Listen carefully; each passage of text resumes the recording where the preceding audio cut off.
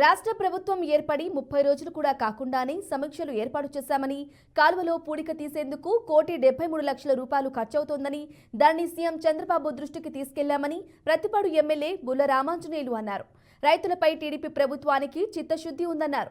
గత ప్రభుత్వం కాంట్రాక్టర్లకు కనీసం బిల్లులు ఇవ్వకపోవడంతో పనులు ఆగిపోయిన సందర్భాలు ఉన్నాయన్నారు. 3,75,00,000 రూపాయలతో గుంతలు పూడ్చే ప్రక్రియ చేపట్టినట్లు తెలిపారు. పెన్షన్లు ఇవ్వడం ద్వారా ప్రతి పేద కుటుంబంలో పండగ వాతావరణం నెలకొల్పామని ఎమ్మెల్యే అన్నారు.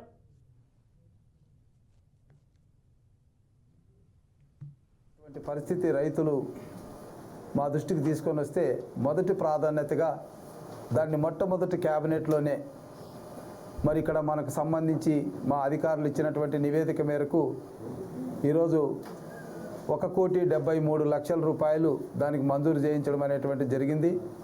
సో వెంటనే షార్ట్ టెండర్ ద్వారా ఎక్కడికక్కడే పనులు పూర్తి చేయాల్సిందిగా ఆదేశాలు ఇచ్చాం.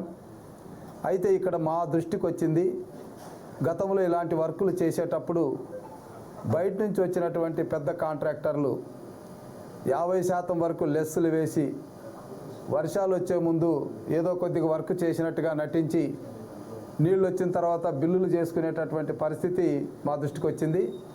అలాంటిది ఎలాంటి పరిస్థితుల్లో కూడా ఒప్పుకునే ప్రసక్తి లేదు.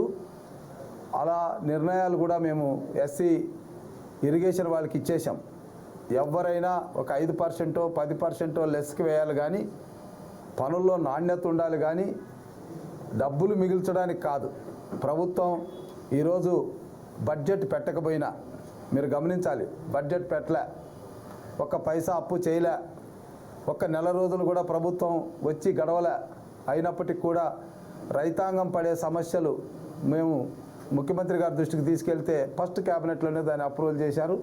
కాబట్టి ఈ విషయం మీద మా అధికారులు, ముఖ్యంగా మా రైతు సోదరులు, అక్కడ వాటర్ యూజర్స్ అసోసియేషన్స్ లేకపోయినా, రైతు సంఘాలు లేకపోయినా, ఇప్పటికీ రైతులంతా కూడా ఒక మాట మీద ఉండి పనుల్లో నాణ్యతను పాటించాలి.